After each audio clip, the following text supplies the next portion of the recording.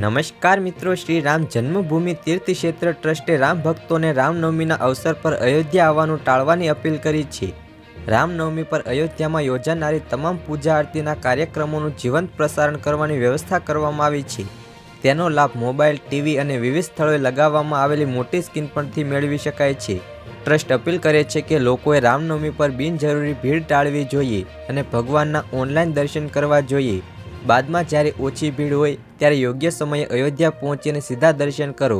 એવો અંદાજ છે કે અયોધ્યામાં નવા મંદિરમાં ભગવાન રામની નવી મૂર્તિની હાજરીને કારણે આ વર્ષે રામનવમી પર દેશભરમાંથી મોટી સંખ્યામાં રામ ભક્તો અયોધ્યા પહોંચી શકે છે. આ કારણે નાના શહેર અયોધ્યાની વર્તમાન વ્યવસ્થા અપૂરતી સાબિત થઈ શકે છે. આ જ કારણ છે કે શ્રી રામ જન્મભૂમિ તીર્થ ક્ષેત્ર ટ્રસ્ટને ભીડ ઘટાડવા માટે આવી અપીલ કરવી પડી છે. આ વખતે પણ ટ્રસ્ટનો અંદાજ છે કે રામનવમી પર ઓછામાં ઓછા 5 લાખ લોકો અયોધ્યા પહોંચી શકે છે. તો હાલ માટે આટલું જ. મળીશું નવી અપડેટ સાથે. જો તમને અમારા વિડીયો પસંદ આવતા હોય તો વિડીયોને એક લાઇક કરી દેજો અને ચેનલને ખાસ સબસ્ક્રાઈબ કરવાનું ભૂલશો નહીં મિત્રો.